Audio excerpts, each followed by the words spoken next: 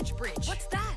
It's a metaphor for explaining how some people have advantages and opportunities granted to them just because how they were born. Whoa, that's a lot to take in. I know. So let's begin. Here are two people trying to cross this stream. It's a raging rapid called the River of Dreams. Okay, so how did they get across? Good question. Let's start with Ross. Ross is a male and he's straight and wealthy. He's in his mid-40s and he's rather healthy. He's white and was born in a peaceful nation, so Ross gets to use teleportation. Whoa, that was super easy. Yup. Now let's take a look at Stevie. Stevie is a refugee.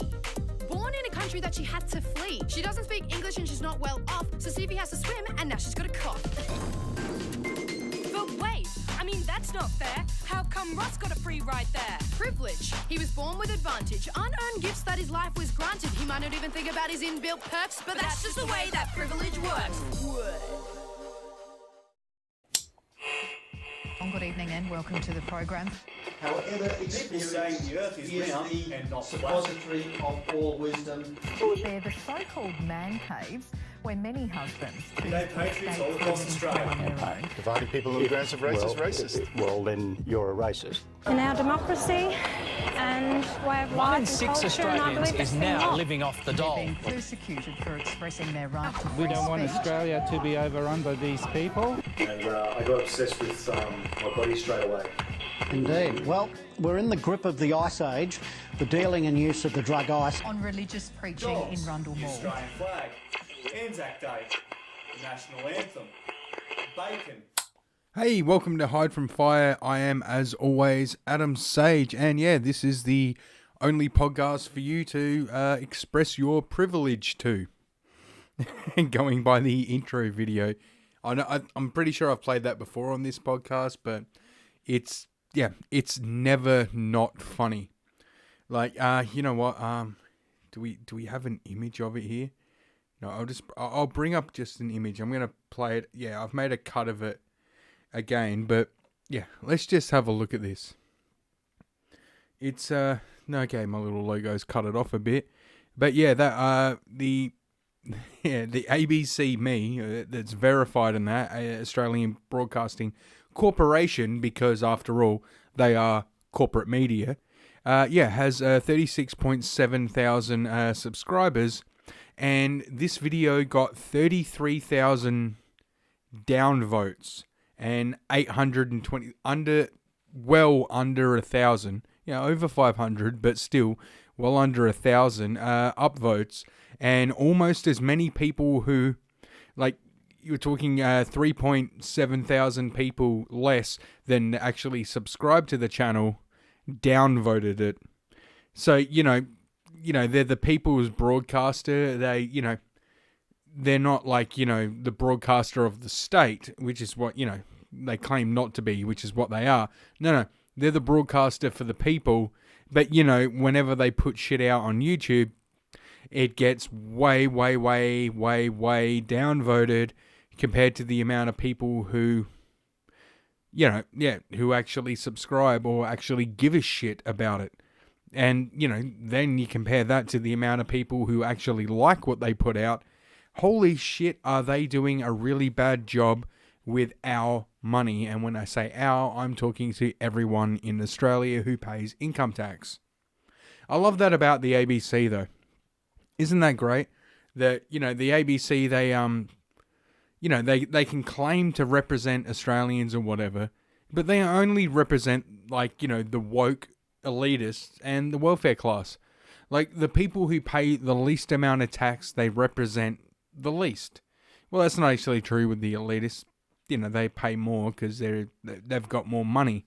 But, why are they making shit for people on the dole? People on the dole, people on welfare, they don't pay income tax because they have no income to tax. So why are they allowed to watch it? Yeah, this is something, you can put forth to a pro-ABC advocate. It's like, well, hang on, if it's for everybody, then why do only some people have to pay into it? Shouldn't everybody pay into it? Because that's not what's happening. It's not everybody paying into it. It's people who care enough to actually go out and work. People who care enough to have an income, therefore pay income tax. these are the people who actually end up paying for it. Yeah, so it's not for everybody. Like, if you don't pay income tax, you shouldn't be allowed to watch the ABC. It's like if you don't pay for Netflix, you don't get to watch programs on Netflix. Yet, if you don't pay for the ABC, you can absolutely watch the ABC. So yeah, it's a shitty business model that can only work off the backs of people who want nothing to do with it paying for it. It's really shit. Like I said, like they're lucky to get 8 million people in Australia watching any fucking program. Like, their best programs are like 8 to 10 million views, which is less than half of the population. Like Joe Rogan has as many subscribers as they do viewers in a nation where they're supposed to represent the whole nation. They're supposed to be for everybody. They're supposed to be beloved. It's supposed to be our ABC, not their ABC. Yet they can't get, even on a good day, like half the population to watch anything. And then they claim that that they're vital for fucking emergency response shit and that. So no, people are going to find out about a bushfire. People are going to find out about a cyclone or whatever. They're going to find out about that on like Twitter or Facebook or something like that long before the ABC even like gets to them. Because the ABC is cut up and, it's old media. It's the most inefficient way we currently have of delivering information to people is through radio waves, is through fucking, the television fucking waves. So, yeah, they don't have a leg to stand on as why they need other people's money, because they're not providing a fucking necessary service. That's just bullshit. That's just absolutely not happening. And do I have anything? Yeah, let me think. What do I have here? Oh, okay, where are we starting this podcast? Because, I just went off on a rant about the ABC. Yeah, but that's cool. God damn it, my cigarette's gone out. Yep, I'm back to smoking cigarettes. I'm off the vapes.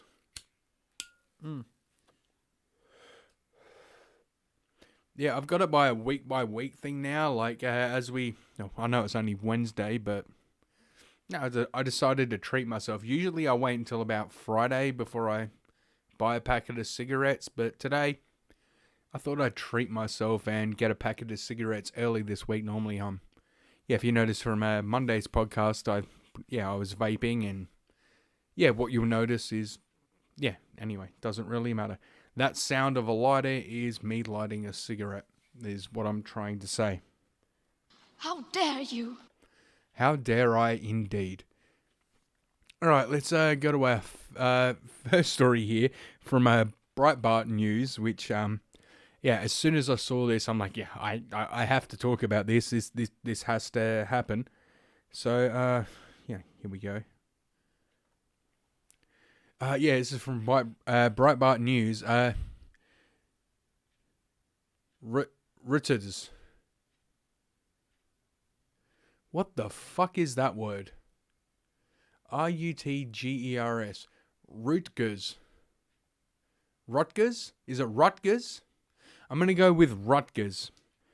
Either way, I don't think it's a real word, but let's go with Rutgers. Rutgers professor Brittany Cooper. The concept of time is racist. Now, I'm not making this shit up. A professor at Rutgers University. That I feel like when I say Rutgers, I'm saying it right. I have no fucking idea, so I'm just going with Rutgers. But I didn't read this ahead of time. Like most people, I just read the headline and thought, oh, this would be interesting, and found a couple of stories on it and saved them.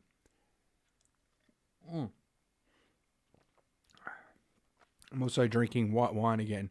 I know I did that on the Australia Day. It was a Monday's episode, and I got quite pissed. This time I'm not that pissed because I didn't start drinking at like midday because I didn't have the day off today. I worked. You give me free time, I'm going to drink.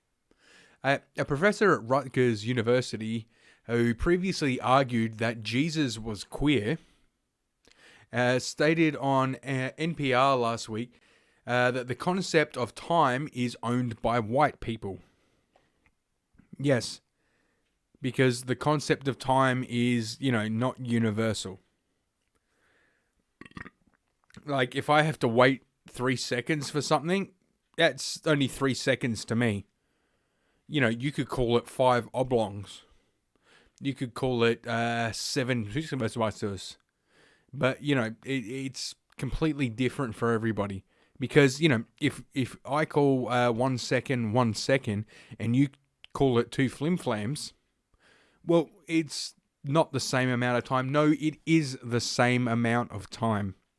Like, that's why mathematics is universal. That's why the idea that if we're looking for extraterrestrial life, we're going to find it by, the only way we could communicate is the fact that it doesn't matter, like, what your biology is. It doesn't matter what your evolution to get to where you are at. Anything about your planet, your, like, the way you, perceive space and time or whatever. Like, 1 plus 1 is 2. If I have one of this object and then another of this object, I have 2 of this object. I have 2 of these objects, rather. And that is universal. It doesn't matter what you call 1, doesn't matter what you call 2, doesn't matter what you call object, it doesn't matter what you call anything. If I raise one of my hands, then the other, I'm raising 2. And you can call one, you can call one, and you can call 2 of them, it doesn't matter. It's like a universal constant. That's the whole point of, like, trying to use mathematics to, God damn it. I'm trying to speak to you and speaking to people and completely fumbling it. Anywho, yeah, that's the whole point of, like, communication with alien, like, I am saying like so many times I may as well be a Valley Girl at this point. Anyway, Rutgers University professor Brittany Cooper is back with another hot take. This time, she's arguing that modern conceptualization, I'm guessing the concept of time, is racist. According to a report from the College Fix, Cooper, who once argued that Jesus was queer because he didn't have a wife, whereas, I wonder what she would say about Muhammad, the prophet. What would she say about the Prophet Muhammad if Jesus was queer? Because, like, I'm guessing the reason, and this is without going into anything she's had to say or whatever, like, without reading anything she's said, what she would say about, Jesus being queer is because he never took a wife. He was single his whole life up until he died at, like, 32, 33 or whatever the fuck it was. I think it might have been 31 even. Yeah, but right, so that meant he was queer and he was just hiding. So what would she say about, I don't know, the Prophet Muhammad, who took his wife Aisha when he was in his 50s and she was 6 years old, but hey, the guy wasn't a creep or nothing. He waited 3 years until she was 9 years old before he consummated the marriage. I wonder what she would have to say about that. I'm going to go out on a limb and say she won't say fucking anything about that guy.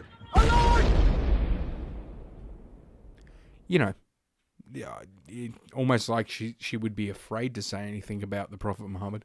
No idea why. Anyway, she spoke in NPR last week. In an interview, Cooper made the case that white Americans have solely been responsible for conceptualizing the notion of time. Really? If time had a race, it would be white. I don't know if this is her voice. I'm just assuming. Cooper said, "White people own time." After the NPR host asked her to explain the statement, Cooper offered a vague answer. She argued that Europeans developed the modern attitude about time, which is characterized by the amount of time spent in leisure. Well, no, it's not. It's a measurement of distance. So, I sit here, 1 and 2 and 3, and through time, I've moved 3 seconds forward. It's a measurement of distance. Just like a meter is like saying that time is the measurement of time is racist is like saying that the measurement of length is sexist. Like, it makes no sense because everybody measures time. Doesn't matter what race, what culture, or whatever. Every type of human at some point or what other, before like white people traveled to any land, everyone on every land was basically had agriculture. They were farming in some degree or another. They knew the difference between night and day. They knew the difference between, summer and winter. They might not have called these things that, but they knew certain things grew at certain, wait for it, times of the year. They knew, this is the time of rain. This is the time of sunshine. However they want to explain it in their language, everyone measures time. It's part of existing. Even animals do it. They know the difference between night and day. They know, predators know that night is a better time to hunt because you can catch a lot of prey while it's sleeping, while it's in its, downtime. That's why there are so many predators that have night vision, have evolved to have night vision or some form of that where they can see very well at night because they operate under the cloak of darkness. Now, if they had no concept of time, as it were, well, then they would, their life would be a constant thing. They wouldn't realize. Animals don't just go hunting when they're hungry. They go hunting because they anticipate hunger to come. So, that in itself is, I guess, a concept of time. But what would I know? Fucking a white male! So I'm probably wrong about all of this, and this Professor Cooper probably knows much more than I do. So when I say time, yes. So when I say time has a race, I'm saying that the way we position ourselves in relationship to time comes from a historical European Western thought. And a lot of the way that we talk about time really finds roots, all that moving roots, in the Industrial Revolution. No, it doesn't. The concept of time, you dumb bitch. The idea that the concept of time comes from the Industrial Revolution is just absurd. Like, the ancient Greeks were measuring time by, a little faucet, like a funnel, and counting the water drips, 1 and 2. And, that's where, the thing comes from. And the idea that it comes from, European and Western thought, as if, no, the only way Europeans and Westerns were able to go through the world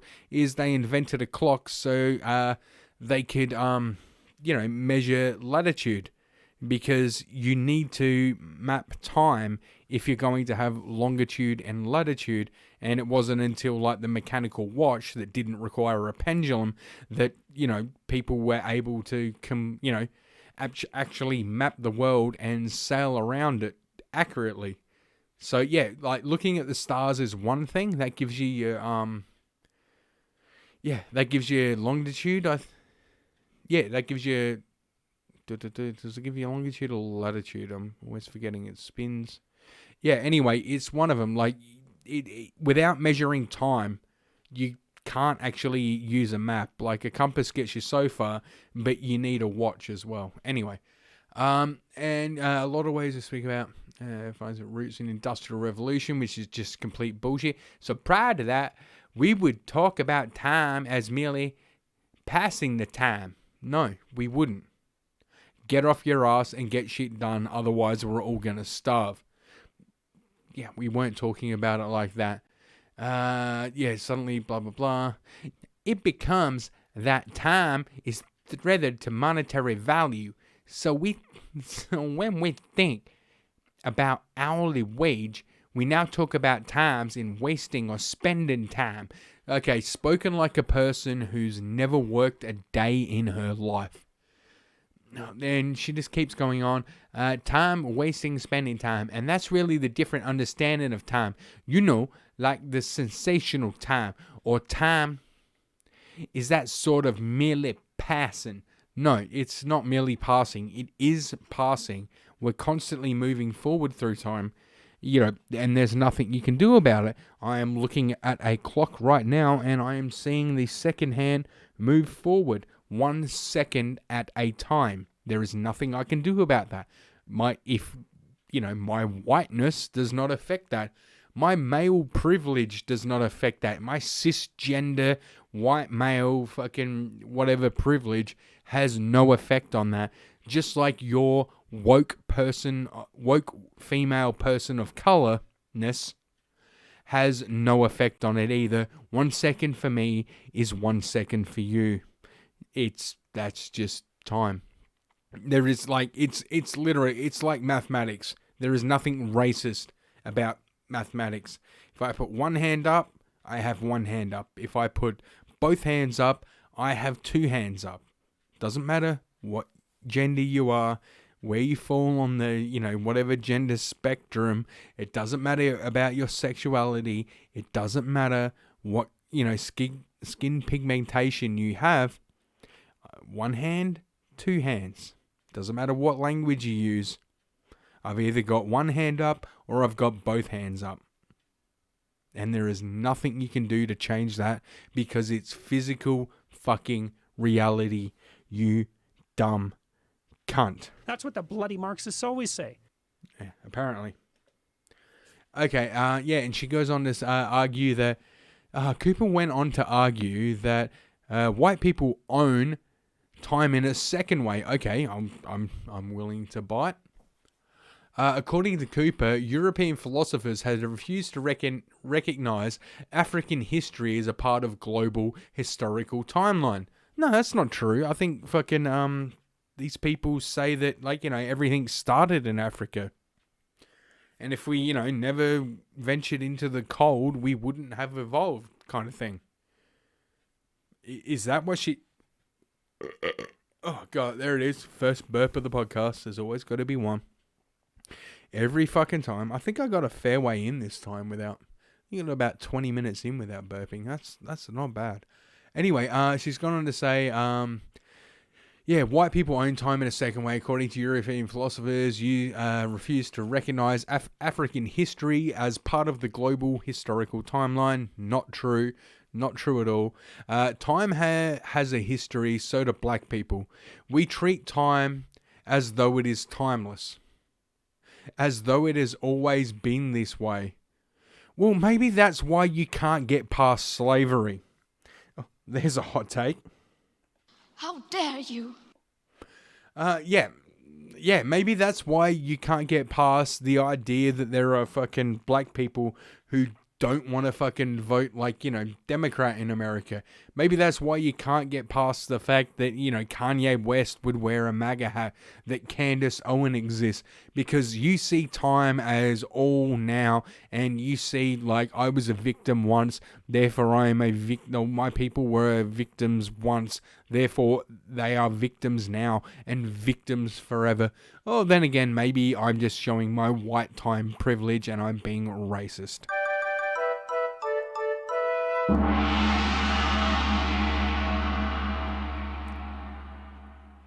Yeah, and she goes on to say timeless, as though it has always been this way, as though it doesn't have political history bound up with the plunder of indigenous lands, the genocide of indigenous people, and stealing Africans from their homelands. Now, stealing, okay. They were sold by other Africans. I mean, this is the thing that the woke won't talk about in the United States is, if they're going to have reparations, who should pay it? The Arab people who sold blacks to the Americans, or the African people who sold blacks to the Americans? By the way, they're brown and black people who sold brown and black people. So yeah, who's going to pay that? I'm guessing it's only going to be white working class people, because, you know, the upper class woke white people, well, they would have nothing to do with it, because as we know, when Ben Affleck found out that he had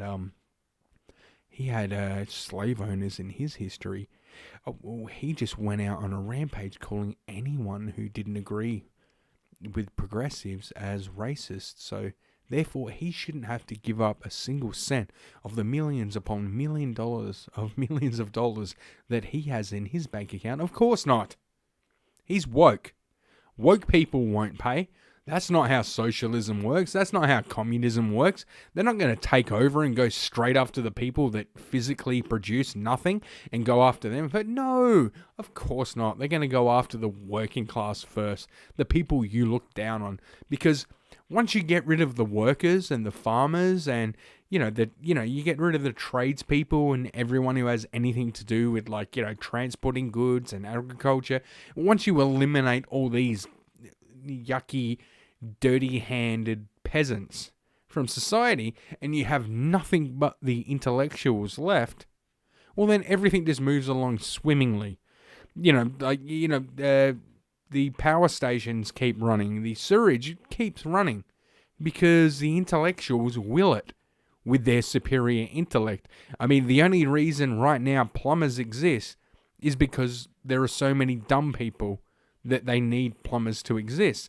I mean, get rid of all of us working class people, get rid of all the fucking people who didn't graduate high school, get rid of all the people, who didn't go to university, get rid of all those people, and everything just starts working better. This is what these fucking idiots honestly believe. They honestly believe somebody, is gonna, I don't know, their fucking garbage is going to magically disappear once they put it in a bin.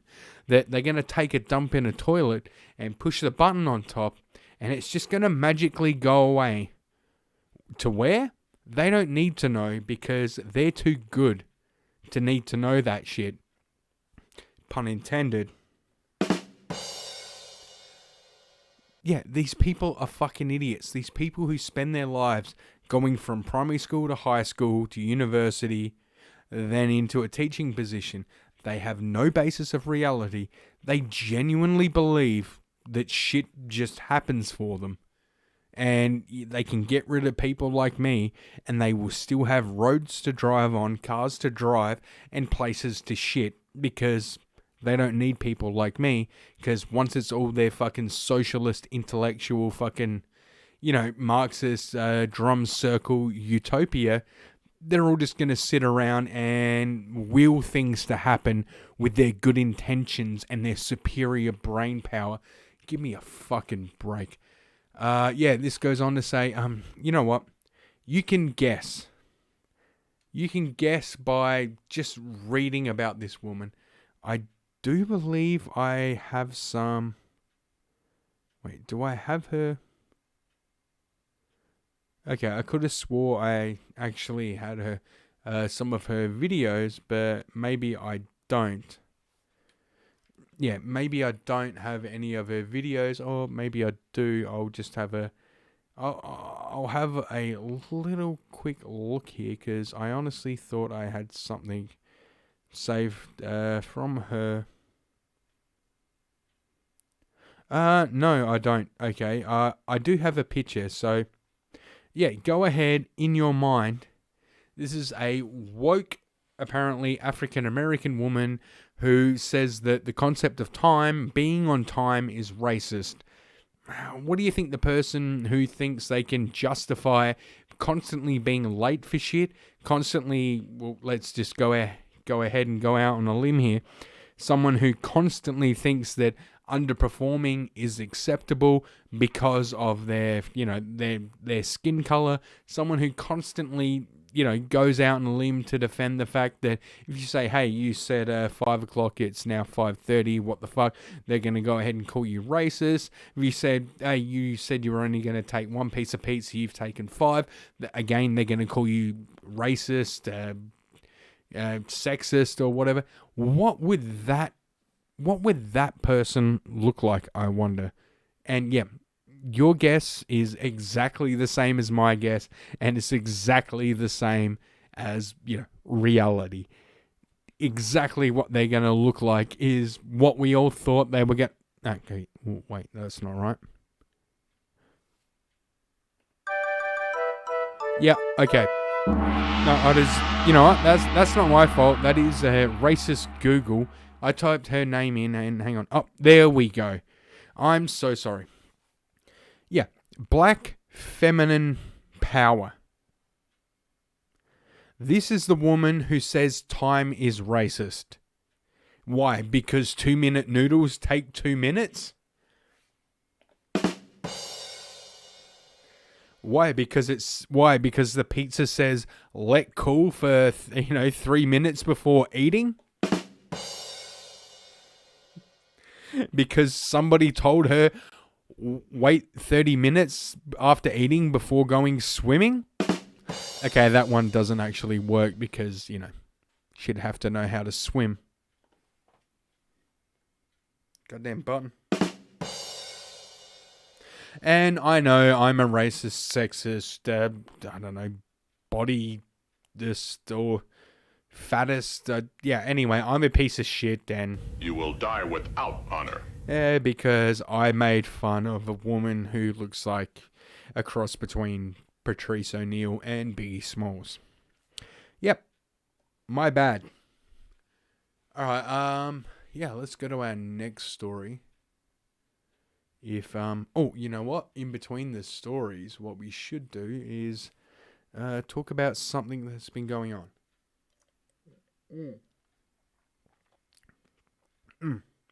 Sorry, he says while taking a sip of wine. What was I going to go? Oh, that's right. The impeachment in the US. Right, so, excuse me. Impeachment has been going on in the US, and as, of course, I meant to cover this on Monday's episode, and it's not even going to be that long of a thing, but basically, they had this Elizabeth Warren. They said it was a somber and a very serious thing going on with impeachment, and then they proceed to have, Jesus Christ, what's happening to my voice? I'm kind of half burping and... burping. Oh, God, I better not have the coronavirus. Wouldn't that be fucking hilarious? I just go on ragging on people and then I end up with it. Yeah, it's probably going to happen. Dude, I'm going to end up with cancer. I fucking smoke like a fucking chimney and drink like a fish. So, yeah. Yeah, hate me all you want. I am not long for this world. So, you can either turn off or you can just keep listening and, listen to my health deteriorate as it's most likely going to. Anyway, what was I saying? Oh, the impeachment of Donald Trump. Yeah, it's, where the fuck was I going? Oh, the impeachment of Donald Trump, yeah. Was it Nancy Pelosi or whoever the fuck it was? And anyway, they said it was going to be a somber thing and they're very, they're serious and all that about it. And then she had pens made up with her signature on them, gold-plated pens that were literally served on a silver platter because she's saying somebody else abused the power of government. The irony is these people is unbelievable. These people are so fucking delusional that they genuinely don't see the irony in having gold-plated pens served up to them on a silver platter to sign a document calling somebody else greedy, calling somebody else selfish. They see nothing wrong with that. And then they had their somber walk, through fucking, I don't know, the House of Representatives or Congress or wherever the fuck it was. And yeah, of course, I'm sure fucking 1 million people have done this by now. But the first thing I thought when I saw the footage of them walking was, this has to be done to the footage. And yeah, like I said, I'm absolutely sure that fucking I'm the 1,000,000th, 1,050th person to make this exact fucking joke, but I'm gonna make it anyway because it's an obvious joke and I stand by it being funny. Hold on as I light a cancer stick. All right, here we go.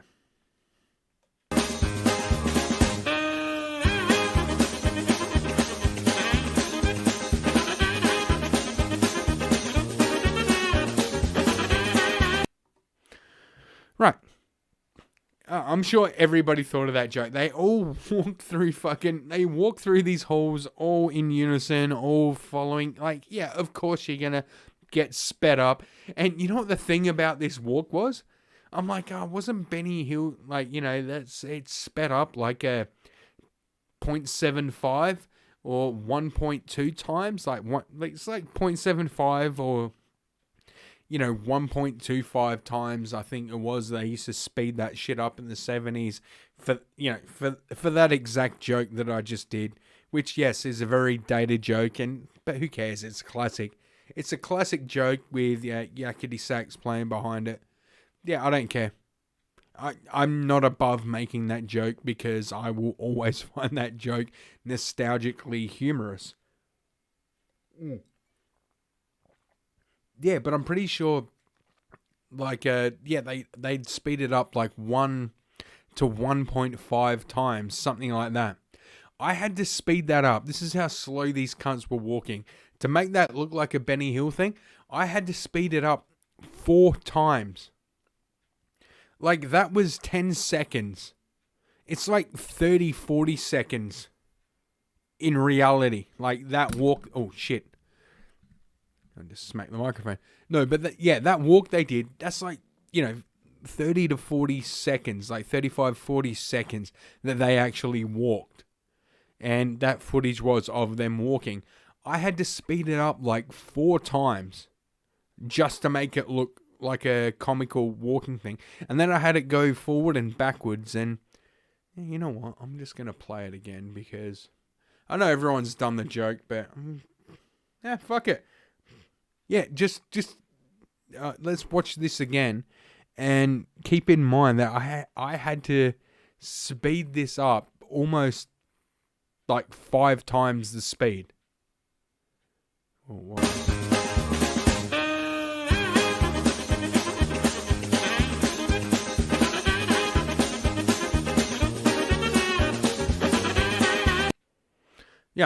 Yeah, that's like 4 to 5 times the speed. And that's what they're moving at. Yeah, and that was just to make it comical. Normally, when somebody is like walking around or whatever, you speed it up by like 0.5, half a time.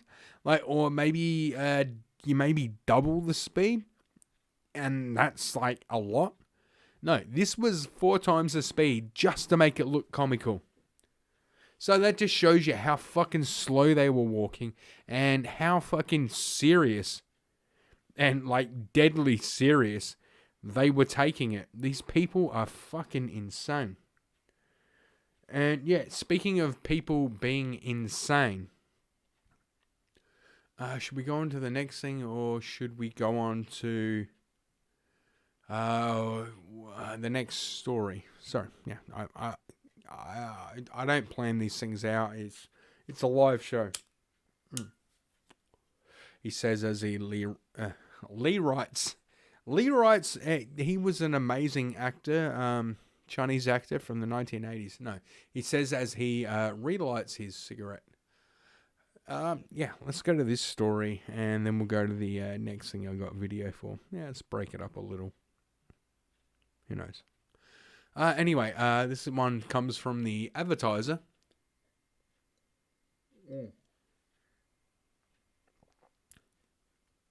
Man who indecently assaulted his own daughter asked judge to cancel reporting obligations because it's hindering his love life. Now, I'm pretty sure I didn't talk about this on the last episode. I didn't get to it, but I might have. I can't remember because I was genuinely drunk on the last episode. So yeah, let's just go through it now. If I did talk about it on the last episode, I did talk about it on the last episode. I apologize. But, yeah, here we are anyway. A man who sexually assaulted his own daughter has asked judge to cancel his obligation to disclose his criminal record to other parents because it's hindering, it's hindering his attempts at internet dating. And of course, he's in a silhouette. I'm really feeling like I did talk about this on Monday, but... Oh, burp coming. Anyway, the 58-year-old whose name is suppressed to protect the identity of his victims, that's... That's one of those laws where I get it, but it really pisses me off because, yeah, you should absolutely know who this guy is, but then again, if you know who this guy is, you can work out who his victims are, and do his victims deserve to have the public know who they are? Or, do they deserve to be able to have people work out who they are? That's, yeah, that's one of those things, like, I'm genuinely torn over it. Like, I want the names of these scumbags out there. Like, I'm 100% anti-doxing or whatever. But when you're hurting children, when you're doing something against children, and, like, or if you're any kind of sexual predator, like, let's just... obviously children is worse than anything, but let's just say, any kind of rapist, basically. I think your name should be out there for public safety, but at the same time, if your name's out there, and, it's kind of easy to work out who the victims are, which is why they, suppress the names of the offenders. I get that, but yeah, it's just one of those things that... Yeah, it's one of the few situations in life where I'm genuinely torn.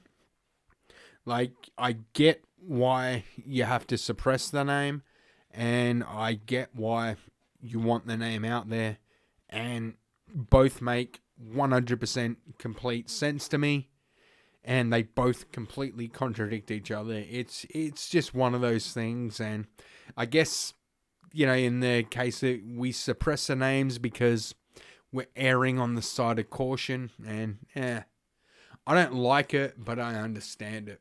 Yeah. The 58-year-old blah blah blah. His lawyer argued the man wanted to use RSVP dating website to meet suitable women and remarry. Okay, I'm almost fucking positive I read this story on Monday. I apologize, so I'm just gonna fucking...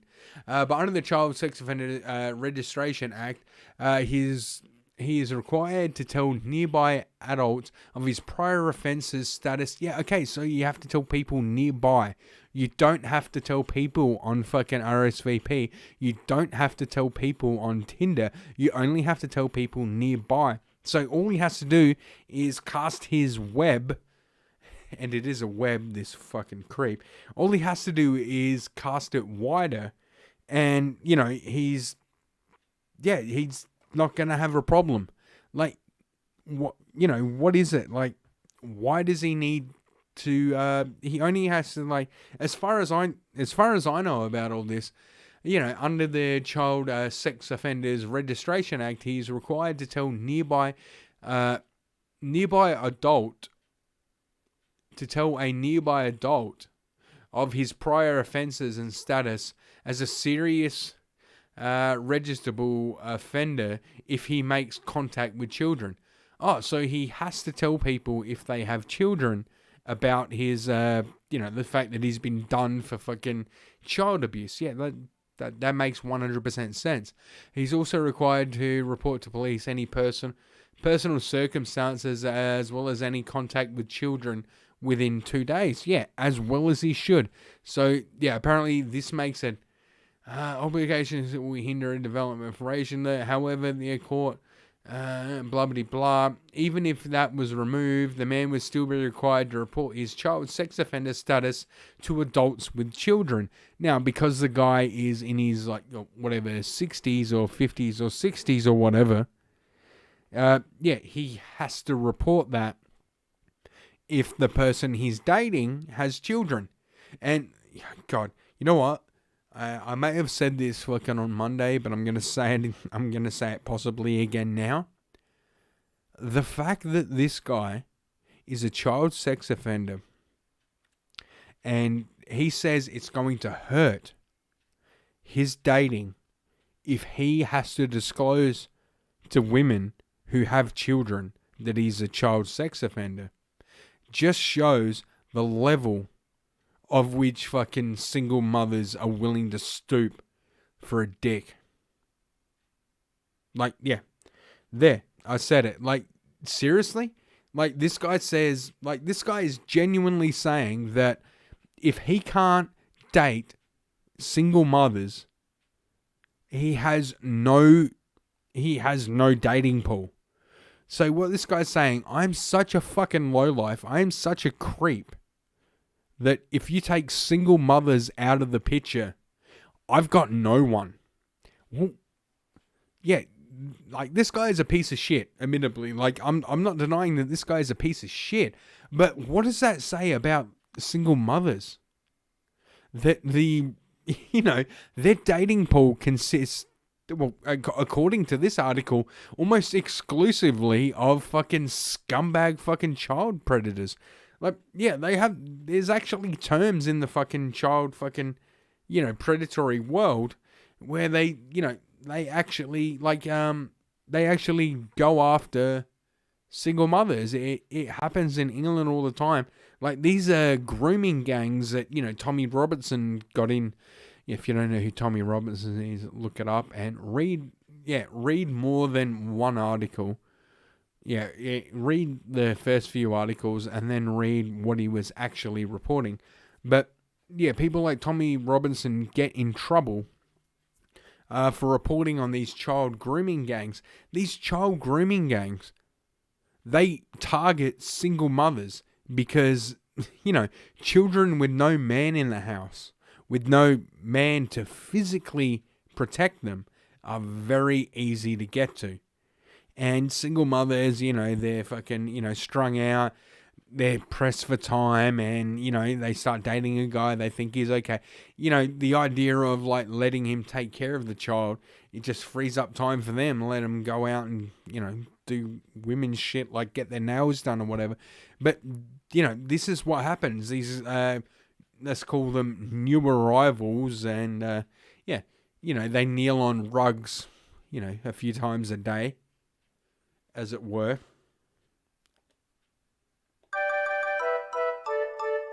Yeah. Alright. Apparently that was racist, according to Mr. Racist Gone. Anyway, yeah, they target these people, these pedos, these fucking people who are part of these grooming gangs and whatnot. Like, the whole Epstein thing, they target single mothers and children of single mothers because they're so much easier to get to, because there isn't a guy around who's going to punch them in the head for being fucking creeps. And yeah, this goes on, and that's where this story keeps going on. This guy's saying he can't date, because of that, because all the women in his dating pool are single mothers. And I guess the point I'm trying to make is, how pathetic are these single mothers? How pathetic in general are single mothers that a guy who is a registered sex offender is saying, if I can't be around women who have children, I can't get my dick wet. If I can't be around single mothers, I can't hit some snatch. Like, because that's basically what this guy's saying, is the only women, who are pathetic enough to date a convicted sex offender, or a guy who just has the aura of a sex offender, a guy who clearly, a guy who is that creepy that, he's a sex offender, that level of fucking perversion, that level of creepiness. If a guy of that level of fucking sicko, if he can't be around single mothers, he can't date. Now, that says, this guy is a piece of shit. But the fact that the only way he can get laid is if he's allowed to be around women who have children. Now, I'll give it to you that there's probably a fair amount of bullshit, but there's also not. Like, the fact is, he can get laid through single mothers and get access to the children. Like, you know, that's a fact. But, like, what does this guy expect with his fucking, like, you know, his Tinder fucking, or his fucking RSVP fucking profile? What, they're going to protect his identity? That he shouldn't have to tell people? Yeah, how does that even work? Like, you know, he's probably been on the news or whatever. You know, yeah, he's probably been on the news or some shit for, like, you know, being a kiddie filler. He's had his face fucking, you know, he's been exposed. He's been convicted as a child sex offender. So, you know, how is it going to go with his, like, you know, Tinder dating profile? Or is he going to make one of these, like, you know, videos or whatever where he talks about himself? He's like, yeah. I'm 47 years old, and I'm good with the children. You should totally trust me around your kids. I mean, single mothers, I don't find as a deterrent. Like, if you have a young girl, boy, you know, just a young child, you can totally trust me around your child. Nothing weird will happen. Again, it's a single lonely guy, 57. Yeah. like, what? How do you mask yourself in that situation? Anyway, I think I talked about this subject before, but I forgot to do the, yeah, I got a new microphone set up in a voice modification program, and I was keen to use it, so, yeah. I'll get better. I'll get better? I'm a fish. No, I'll get better, rather, at using it, and, yeah, my microphone's turned back on here. Good. Yeah, I was a little bit, you know what, I'm not going to go into detail about why I was, yeah, what was I going to go to next? Mup.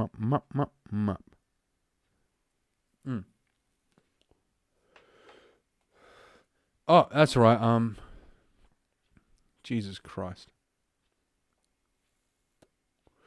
No, not Jesus Christ, he says as he picks up the lit cigarette he dropped and puts it into an ashtray. Not Jesus Christ. In fact, quite the opposite.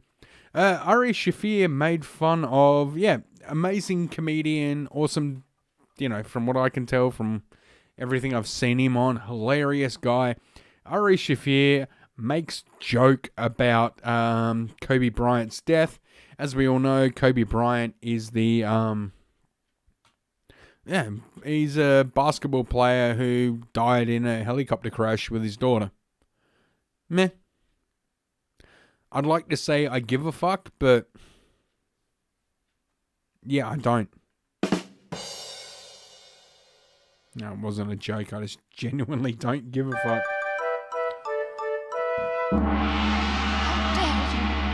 Yep, that's right. I am completely... You will die without honor. Yep, I'm racist for saying I don't give a fuck because people die every day, and why this person may have been special to others, this person wasn't special to me, hence my not caring. But, you know, a comedian decided to say something funny, and let's just see what he said, and I'll explain. There's always a lot of, like, hate, pain in the world, and there's always a bunch of terrible stories. And every once in a while, there's a good story. A good story comes out. The guy who got away with rape got his today. Kobe Bryant is gone. I'm here in Charlotte, the home of the team that originally drafted him. Maybe he wouldn't have raped that chick in Denver if he had stayed in Charlotte with the Hornets. Right, so this caused controversy, even though half of Twitter, after Kobe Bryant died, like, you know, most people were saying, oh my God, it's a tragedy. Oh my God, this is so horrible. Yeah, half of the people online were busy pointing out the fact that Kobe Bryant was accused of rape. I think even Chris Rock talked about it in one of his like big specials. Like, you know, we're talking like 10, 15 years ago that this happened. And, you know, like I said, like, you know, Chris Rock talked about it, and I think was it Chris Rock? No, it was Dave Chappelle.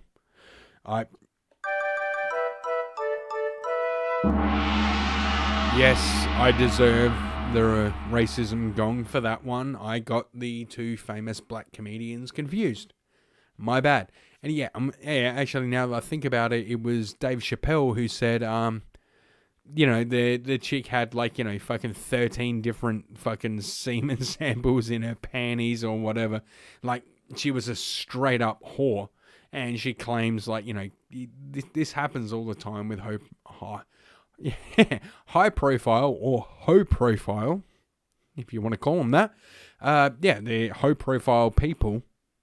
Yeah, hoe profile men who, you know, have, you know, hoe profile jobs, attract a hoe profile of hoes. And yeah, that's basically what happened with Kobe Bryant. He settled out of court because he just wanted to, like, you know, the thing is, like, you know, a settlement isn't a guilty plea. If he'd pled guilty, he would have pled guilty. Like, you know, a settlement is a settlement. You can't really say guilty or innocent based on a settlement. It's just both parties agree this is the best thing to make the case end. And, you know, with how fucking shitty lawyers are and shit, you really can't make any judgments based on that. I mean, you can make your own personal judgments and what you think happened. I know very, very little about the case. I basically only know what fucking Dave Chappelle said about it, and it sounded like the woman was a bit of a hoe. So, yeah, I don't hold much weight in what she's and what her allegations were, and I didn't even know if she's come out since then, or even if she's alive. Because the kind of women who make these claims, like, oh my God, this rich guy raped me, nah. Like, the kind of women who make these claims tend to be women, you know, past their prime pussy, who make these claims because they realize they've, you know, hit 30 and, you know, they're no longer just going to get fucking, you know, rich dick thrown at them and shit brought for them that they can later cash in to pay bills or whatnot. So that's when they throw in the fucking sexual allegation claims. I'm not saying that's what happened. I'm just speculating. And yeah. And basically Ari's joke was what half the internet was saying was, oh, you shouldn't mourn this guy because he was accused of rape, and he was a rapist, and according, we should believe all women, and a woman said that, you know, he sexually assaulted her, and believe all women, hashtag believe all women, and then he goes ahead and says, yeah, this is a tragedy, this guy was a great man, he got away with rape. That's the joke. What all you woke social justice warriors were saying, that, you know, this guy was a rapist and that, Ari Shaffir makes a joke about that where he's jokingly on your side, and you will lose your shit because it's making fun of your side. He's, you know, oh, too soon, man, not cool, you know, can't call it. It's like everyone, like 60+% of Twitter were calling him a fucking rapist and saying you shouldn't celebrate his life, and it doesn't, you know, but because fucking a guy who's been on, you know, Joe Rogan and Legion of Skanks makes the, you know, ironically says what you're saying, makes, you know, and at the same time makes fun of you, you all lose your collective shit. And that's exactly what happened here. Is, yeah, he just basically took the view of the woke social justice warrior and set it into his fucking phone and put it up on Twitter. And because he did it ironically, and people nowadays have no fucking idea what irony is, even though it's the exact same thing that they were saying before, they go off on it. It's, yeah, what are we, yeah, okay, yeah, and because, oh shit, and because he was like, yeah, on Joe Rogan, that's another reason to attack Joe Rogan. And yeah, that's what happened recently when Joe Rogan said, he was probably going to vote for Bernie Sanders in the Democratic, what do they call it, the midterms or whatever. Anyway, where they, whatever the fuck it is in the United States, where they, they pick a, they pick a nominee for the Democratic Party who's going to run against Donald Trump in November this year. So yeah, basically. Yeah, Joe Rogan says he's going to vote for Bernie Sanders. Boney Sanders. Oh! Yeah, he's going to vote for Bernie Sanders, and yeah, Bernie Sanders uses that as an endorsement, which is kind of a shitty thing to do, really, because Joe wasn't actually endorsing him, Joe Rogan, that is. Wasn't actually endorsing him. He was more just saying, here's where I feel politically. And then Bernie Sanders took that as, I've been on his podcast. I've been on his podcast. Joe Rogan. God, I don't know why, but it's almost like to do the Bernie Sanders accent. Joe Rogan, oh my god, that's hurting my throat. It's almost as if I'm summoning evil to do it. You know what I should do? I should light another cigarette. Now I'm going to pour another glass of wine while I play this video, because yeah, some fucking woke fucking social justice, some woke social justice faggot who's like, pro Bernie Sanders, who's who's pro all that shit. God, where am I? You know what? I might have pulled up the wrong. Doesn't matter. Yeah, I think I know why I pulled up that fucking same story twice.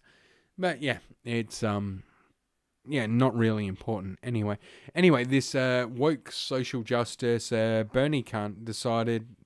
What was I saying? They decided because Joe Rogan's, because Bernie Sanders rather used Joe Rogan as an endorsement, somebody had to go through and say, that doesn't comply with woke social justice this and woke social justice that. It's like, who are these people pulling up shit from Joe Rogan saying you can't use Joe Rogan as an endorsement? Do they realize they're hurting communism? Yeah, I honestly think this might be controlled opposition. Which is a magician / physician. It's somebody who operates on you, but only pulls out different colored rags. Anyway, so somebody decided to make a compilation video of all the times that Joe Rogan said the word nigger, and just having them all completely out of context. And the thing about this is, just like the Shane Gillis thing with the fucking woke fucking bird poetry guy. Was it Seth Simons or whatever? Yeah, whoever the woke bird poetry guy is. Just like with that, these people, because once the clip starts, I think it's in chronological order. So it starts with the Joe Rogan podcast from at least minimum 10 years ago, a decade ago, at least 10 years ago. And then it goes forward up until now every time he's said the word nigger. And it's there's no way you could have compiled this in, the 2 days after the Bernie video came out where, Bernie Sanders Joe Rogan, I have the support of Joe Rogan. Yeah, there's no way that could have happened unless somebody's been just sitting. They've made this video and they've just been sitting on it and slowly adding to it, waiting for the right time to drop it. And, you know, that's the way I think these things work, that these people are just, you know, all over the internet looking for any indiscretion and they just catalog it. And these fucking people who I'm sure believe in climate change yet have fucking banks and banks of hard drives just storing this shit so they can make compilation videos with no sense of irony about fucking, you know, using fucking electricity or whatnot. Anyway, they do all this shit. Anyway, yeah, let's just play this video and we'll... Yeah, this is apparently damning evidence against Joe Rogan. Like, you know, the nigger thing. Yeah. Saying the word nigger. Well, you've already said nigger. D is just like nigger. Saying nigger. She's calling you a nigger. It's like this boy that he's a nigger and starts calling them niggers. Word nigger. There should be a word like nigger, especially like the word nigger. That's our nigger. About niggers. He says nigger. Guy, a nigger. And then our niggers start saying nigger. Allowed to use the word nigger. Out the word nigger. See nigger. Word nigger. Say nigger and he couldn't say nigger. And most nigger. Nigger. Right, so apparently this is the problem. That he, there's no context to any of it. He's just saying the word nigger. Like I am right now saying the word nigger. I'm not calling anybody a nigger. I am simply saying the word nigger. How dare you? Yeah, that's it. There's no context. It doesn't, like, who gives a shit? It's just a fucking word. But that's the way this thing is. Like, you know, Bernie Sanders can call for, like, you know, his staffers, as it were, that's just come out recently. They can call for, like, gulags, like re-education camps for people who don't support fucking communism, who don't support fucking Marxism, socialism. They should be put off into concentration camps and re-educated, you know, made to concentrate or whatever, gulags, as it were. That's fine. You know, and no context needed because they're talking about stamping out like Nazis and wrong thing or whatever. But just saying nigger, that's a problem. Even though like anti-Fash Gordon, the faggot on fucking, the absolute faggot on fucking Twitter, even though he fucking... Yeah, even though he calls out, like, you know, he calls for the same thing. And I'm sure he has fucking a shitload to say about Joe Rogan and whatnot. Yeah, even though that, nothing. They don't give a fuck about him. You know, Bernie's people are calling for fucking the death of anyone who owns property. It needs to be taken from them and given to the state because, you know, socialism, that's fine. But, you know, going fucking, Jesus Christ. What am I trying to say? Yeah, but saying the word nigger, just saying it, that is cause, you know, for you should be banned or whatever. And this is something that, you know, Milo Yiannopoulos said fucking, I don't know, a year ago or maybe less or, you know, at least a year ago or so, or maybe less. I don't know why I just said that twice. But what was going to happen to Joe Rogan is he's too centrist. He has people from all different walks of life on his show. He talks to everybody, and he engages with everybody, and he has civil discussion with everybody, regardless of their political views.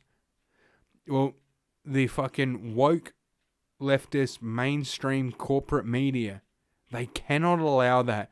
They have to control the narrative.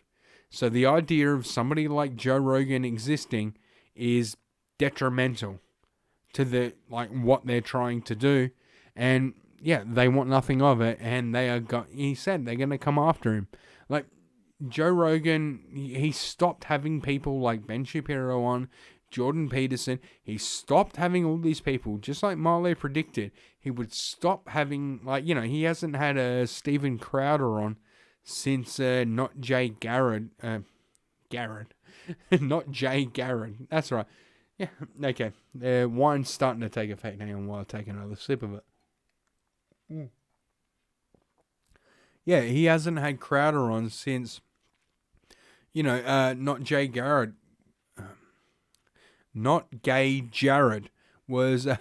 God, why did that take me so long to get? I'm getting a little tipsy. Yeah, since he was part of the team, so yeah, it's been like a couple of years. Yeah, he stopped having these conservative voices, and I don't think he's had like Tim Pool on in a while. And that guy's a, you know, lefty centrist. Yeah, just like Joe is. But yeah, he's definitely stopped having, basically right-wing people on, and that wasn't good enough. They were just waiting so they could drop this whole... Look at how many times Joe Rogan said the N-word. And if you look at some of those clips, it's like clearly from 10 years ago, where he had, like, you know, they're done with like webcams, and Joe Rogan's got the beard that he had 10 fucking years ago when he was still wearing backwards baseball caps and kind of clinging on to the fact that he still had hair. Yeah, his hairline looked like mine does now. And yeah, he was still trying to cling on to it.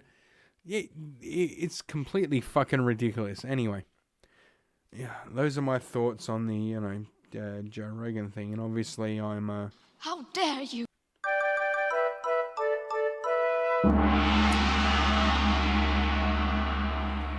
Clearly racist. Alright, let's go to our next story, rather. Fake cop allegedly pulls over camper van in Manapara before stealing cutlery. Yes, this is the level of crime we're at here in South Australia. Detectives are searching for a man who reportedly impersonated a police officer to pull over a camper van and steal cutlery from inside. So camper van is a RV for the American, you know, recreational vehicle. You know, it's like a mini house that you drive. It's not a caravan. You don't tow it behind your car. It is the car plus the bit that you would tow behind it, kind of all in one. Yeah, that's RV I think it's called in America. Anyway, here we are. Jesus. A man reportedly impersonated police officer, blah, blah, blah, cutlery. It is the second alleged incident of someone impersonating a police officer in suburban Adelaide in less than 2 months. So this is just happening now. This has been happening for a while. People just put red and blue like LED lights they can activate with a switch in the front of their cars. And, you know, because we're all so fucking... See, this is the thing about living in a place like Australia, where we don't have the right to bear arms, we don't have the right to free speech, we don't have the right to protect ourselves, that people will just pull over if they see the correct colours, like blue and red, flashing lights. People just instinctively do as they're told because we have no self-defense. You know, there's no concealed carry, there's no open carry, there's no carry, period, in Australia.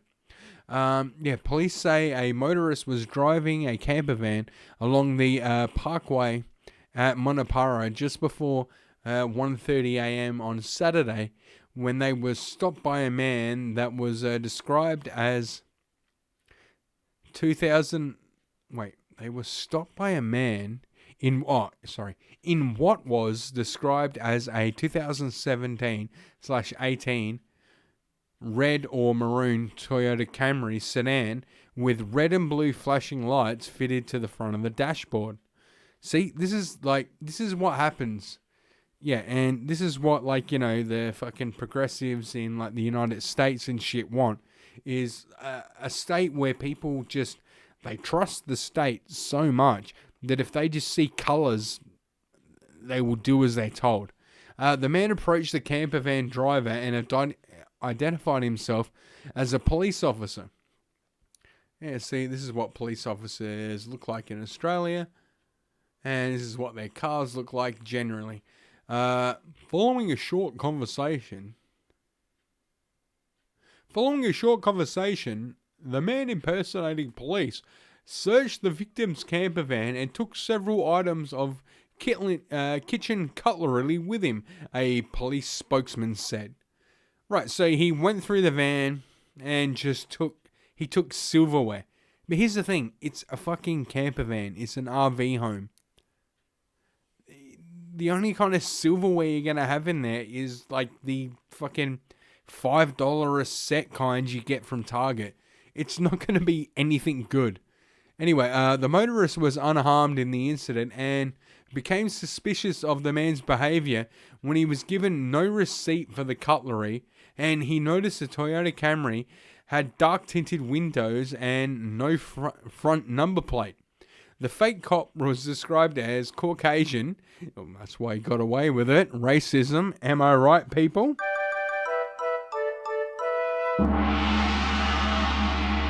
185 centimeters tall, with tan complexion, shaved head, with a receding hairline and grey, scraggly looking goatee.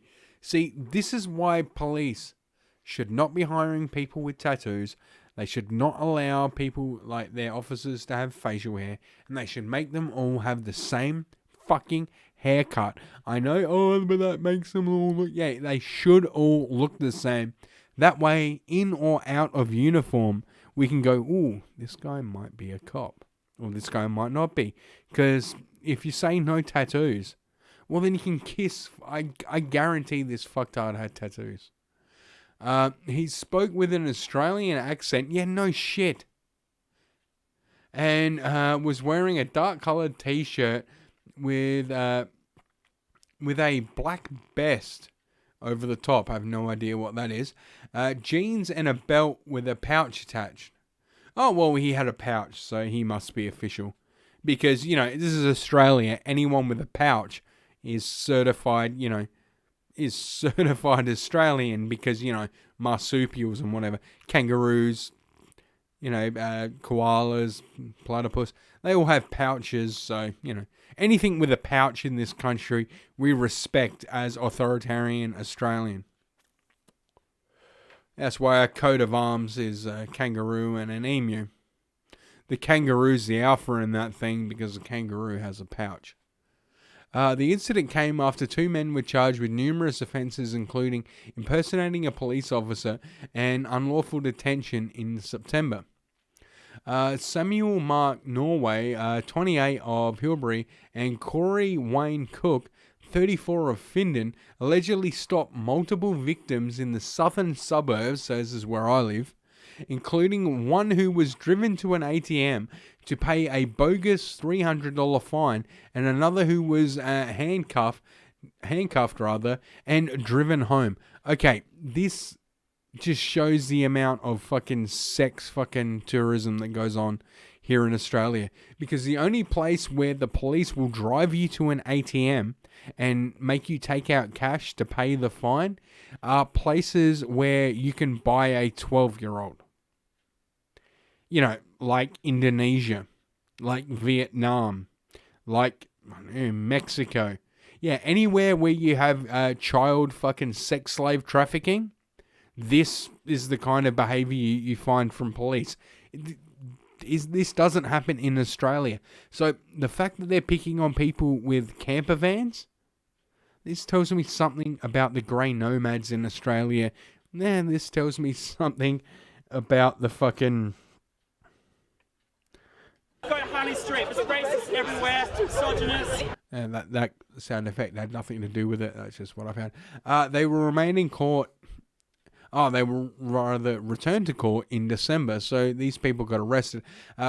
Police remind members of the public who are concerned about the behaviour of unmarked vehicles to stop at a place they feel safe, keep the doors locked and windows closed, and ask to see the person's identification, and advise them that they are calling police to verify their identity. Yeah, try that with actual police. I've thought this so many times. If I get pulled over and it's one of these fucking, and this is something I want to try, and I know it's going to end fucking badly, but I want to try it for the sake of fucking trying it. If I get pulled over and it's a fucking female police officer, I'm going to fucking, get out my phone, video her, and then call actual police and say, no, I'm only 6'1". There's no way you're a real cop. You're shorter than I am, and the police have height standards. Because I want to start a thing where if you see someone in a uniform who is under 6 foot, they're an impersonator, because the police should have standards for height. Be it men or women, no one who's under 6 foot should be allowed to join the police service. Flip it on their fucking gender quotas and just say anyone well, I'm only 6'1" and you're shorter than me. There's no way this woman can be a police officer. Yeah, this is a campaign I would love to promote. Anyway, police investigate Manapara, blah, blah, blah, blah, blah. And, that's where that story goes. And I believe there was another one after.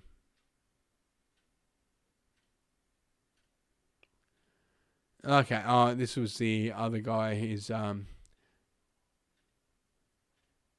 Okay, I think this one was the accused fake cop. Oh, yeah, this was the this is the guy here. He's father charged with impersonating a police officer, including handcuffing one victim and making another. Yeah, this is it. Pay a $300 fine. Has in excess of 150 prior fraud and dishonesty related charges, a court has heard. Isn't it great how we treat everyone equally here in Australia? And no matter how many times you break the law, you're still a victim? Yeah, okay, let's have a look at this guy. This is the cunt who is pretending to be a police officer. Now, first of all, he looks, well, not like, but his weight-wise, yeah, he's very close. He's exactly like me. This guy is as fat as I am. This guy is a fucking overweight cunt, just like I am. And, yeah, the fact that people look at a guy like that and say, oh, he could be a cop, just shows how low the standards we have are for police officers. That should not be possible. It goes on. Mr. Stevens said the 70-year-old boy was driving and Franny stopped the pair. His friend was picked up by his mother. The victim was required to provide Norway with his personal details, she said. Norway went further on the occasion, handcuffing the young victim while driving him to his house. He told the victim's parents the team would be fined for driving offences. So this guy's just going look at him. The fact that this guy can get away with impersonating a cop. So this is what I mean about, facial hair and shit. Oh, no, we're going to relax the standards because, people nowadays have beards. No, if you're a cop, clean shaven or stash only. Just stick with the standard cop look that we're all used to, that we all have agreed on as a society. And, yeah.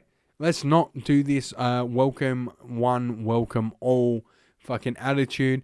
If that means that only fucking, tall, white, muscular men with who are clean shaven or have only a moustache and no tattoos are the only people who get to be police officers, well, I say so fucking be it. Because that is such a minority of people in society. If you 6'2" and above, muscular, and no tattoos or facial hair. That is such a minority of society that, yeah, you want that as your police officers. You want that as, your firemen. You want that as, people like that. Because it makes them easy to identify. Otherwise, if you start accepting people, and this is exactly what's happening, why this fucking, you know, why this fucking chubby chode can get away with impersonating a police officer. So this disgusts me. Like, when I look at this guy, this tells me that I could get away with impersonating a police officer. I'm only 6'1". I should not be able to get away with impersonating an officer of the law. People should look at me and go, no, he's too fat, he's too short. But because of the lapse in standards, and, you know, I'm saying, but I'm not saying, you know, allowing women to the force may or may not have something to do with that. You're fucking a white male! Yeah, exactly. But I'm not the right type of white male who should be, like, this guy is fucking a white male, and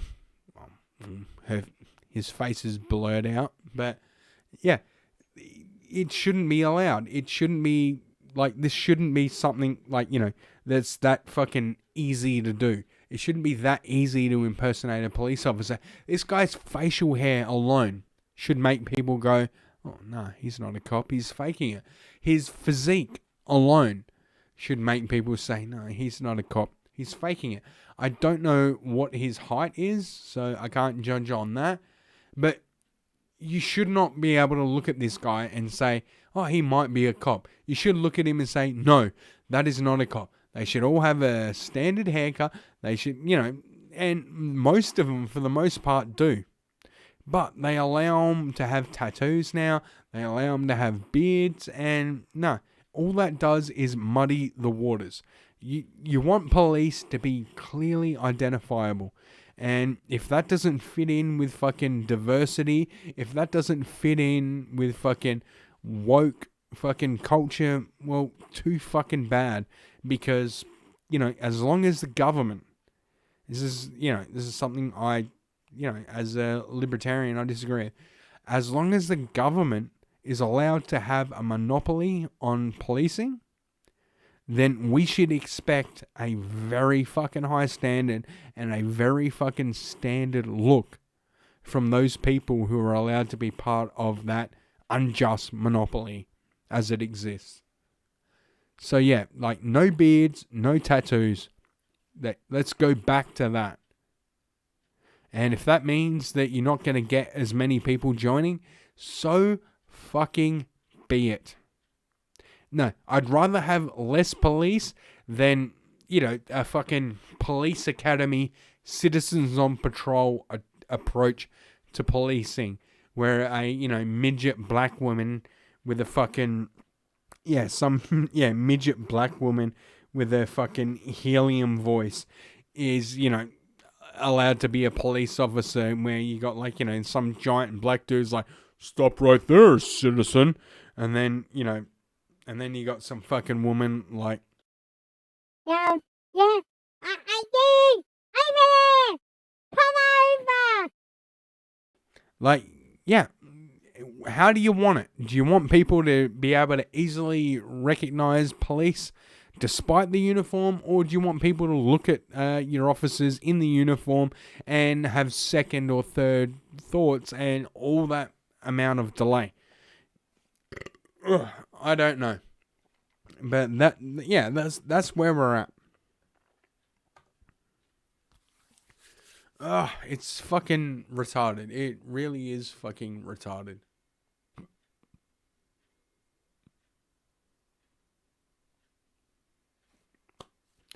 All right, no, that was long enough of a pause. You know what? I'm gonna light another cigarette. God damn, I got hiccups now. Hang on, let me take a drink.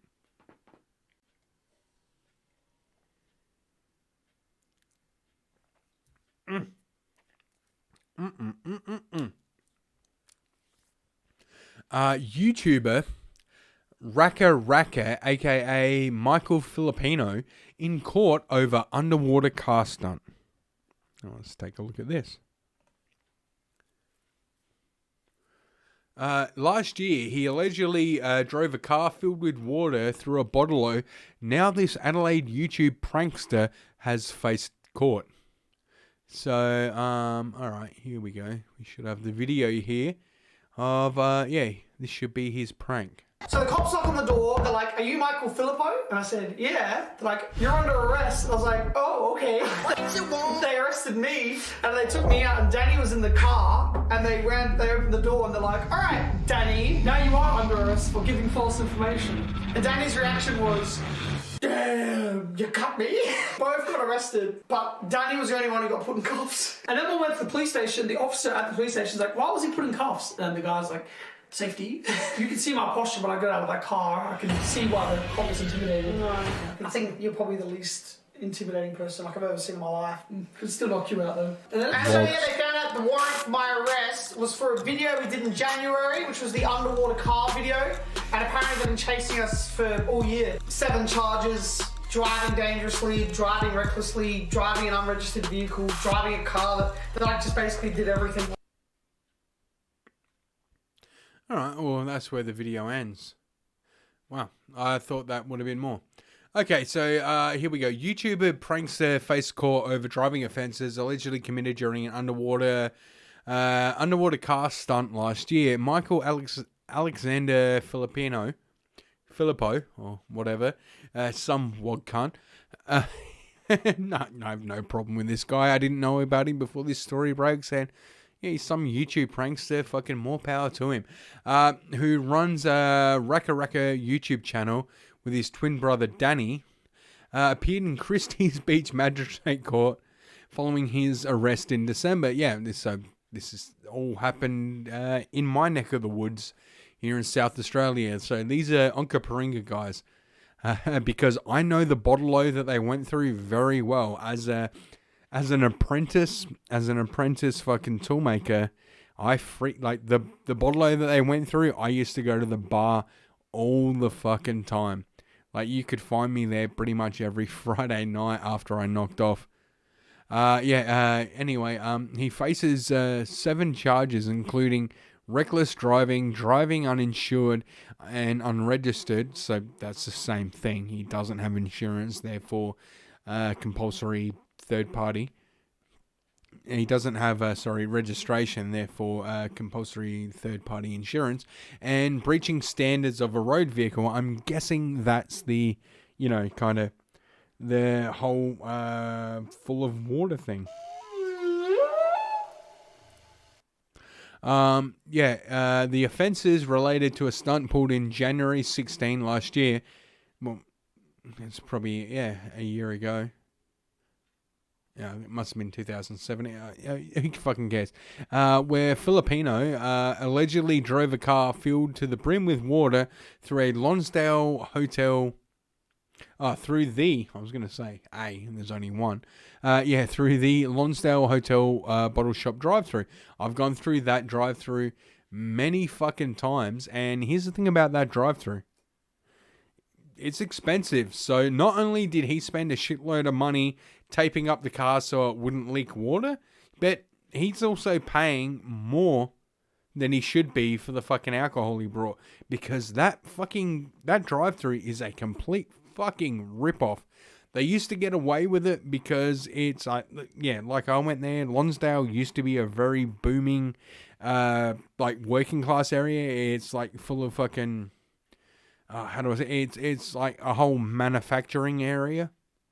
And I haven't worked in that area in about 10 years now. 10 years ago, if this prank was pulled 10 years ago on a any day afternoon, there would have been a very real chance, if it was 4:30 p.m. or later, there would have been a very real chance that I was there drinking. And, after work, because it was, like I said, 10 years ago, it was a booming area, and then the global financial crisis happened. Anyway, I haven't worked in that area in 10 years, so I have no idea what goes on there. But yeah, from what I remember, these people always charged, whatever the drink was, add fucking 20% to what it's worth, and that's what they would charge, just because there was so many people working in the area. And, everyone was there to spend their disposable income after working in the area. Okay, so maybe this video will show the actual prank.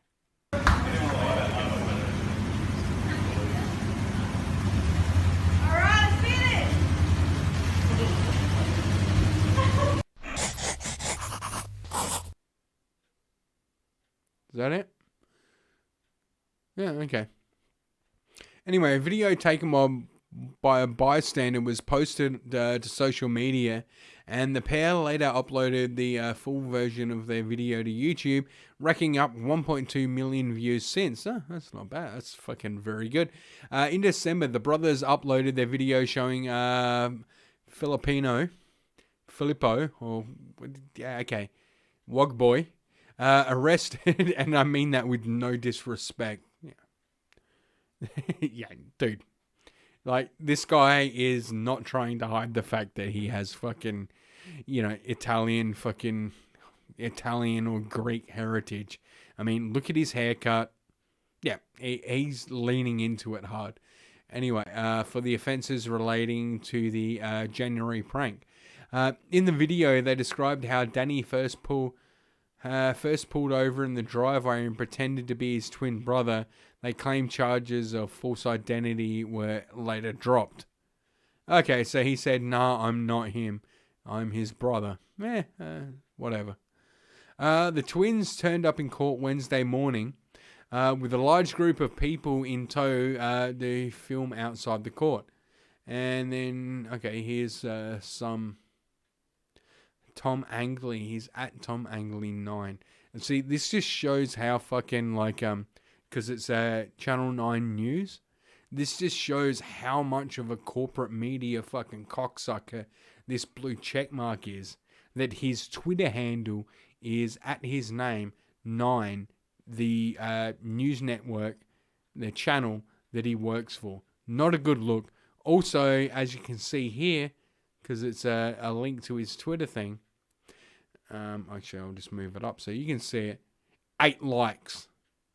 So he's a corporate cocksucker for 8 likes. Let's just play the video.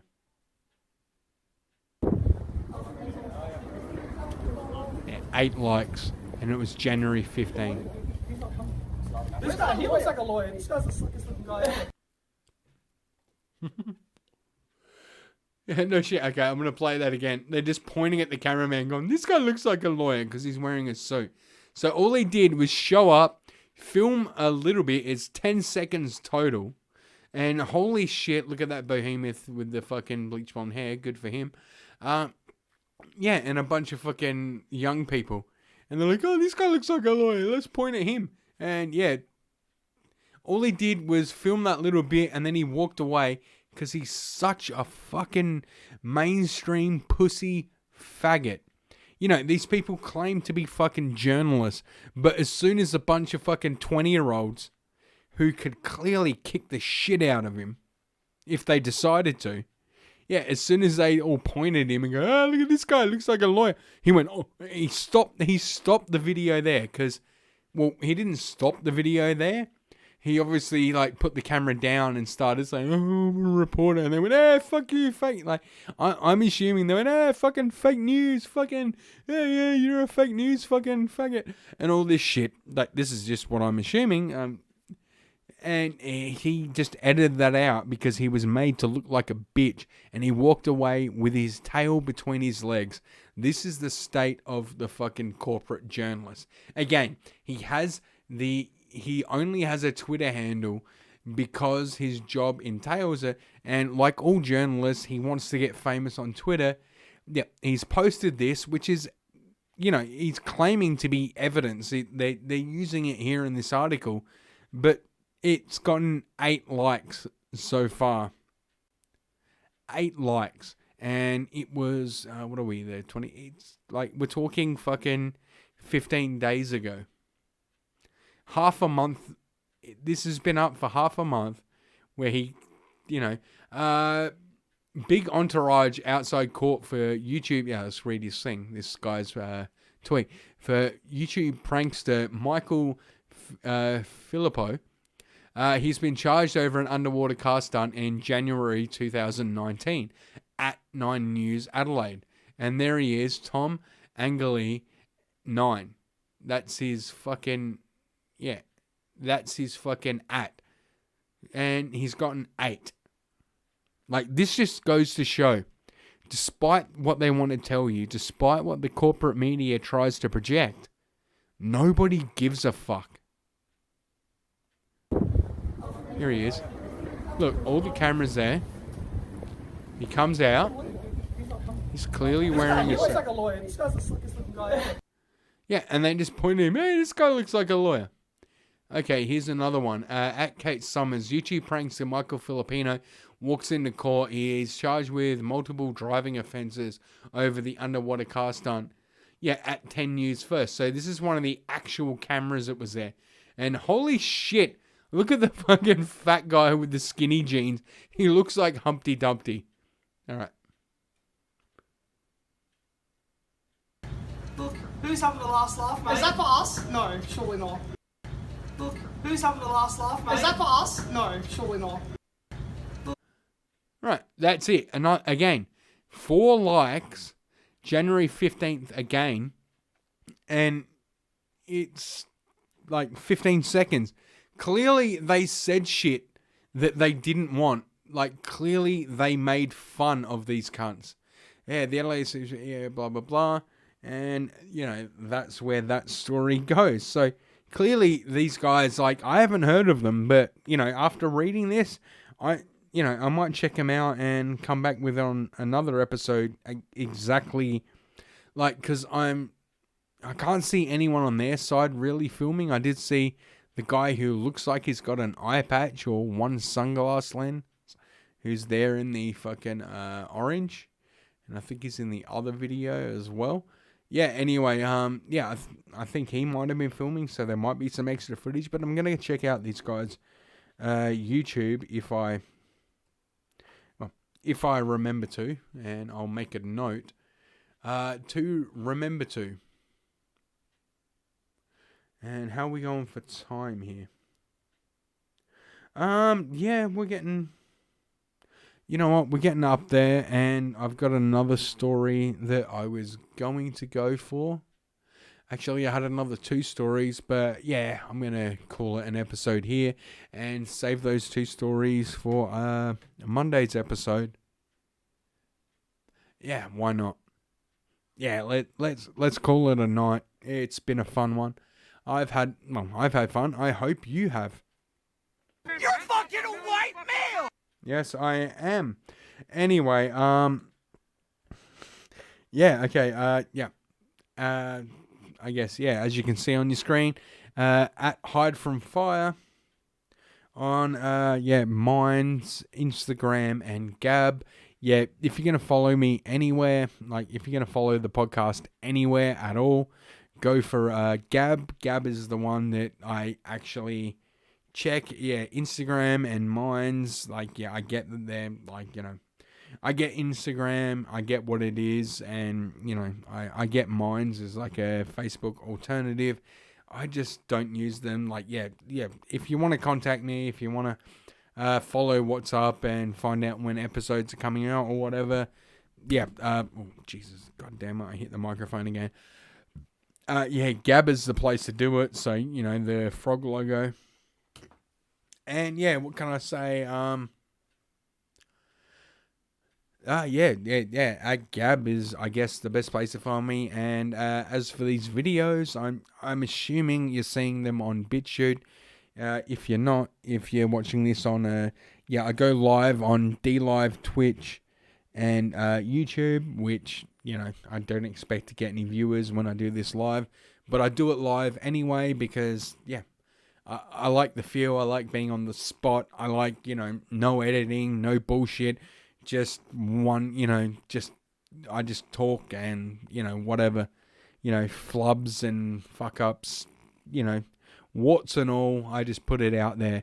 So, yeah, you know, when this goes up on, BitChute, I edit the beginning and the end where, you know, it's just a period of music or whatever where, you know, I'm letting the stream establish and whatever. I don't know why I'm explaining this. Anyway, yeah, there's no editing of the actual podcast. It all goes out. Whatever I say is whatever I say.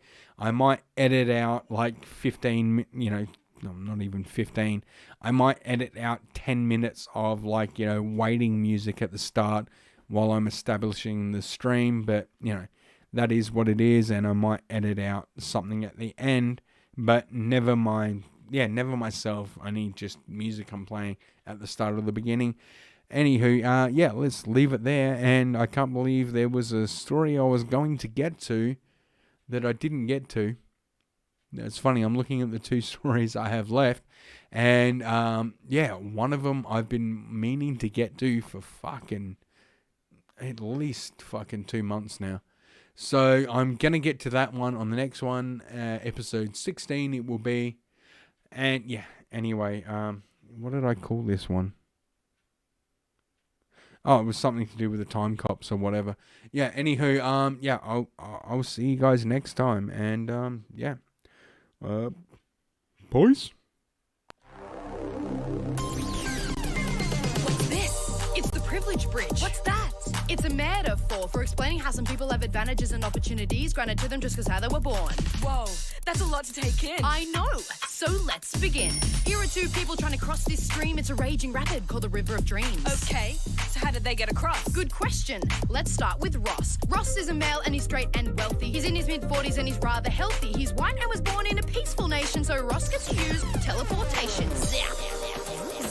You're fucking a white male! Whoa, that was super easy. Yup. Now let's take a look at Stevie. Stevie is a refugee.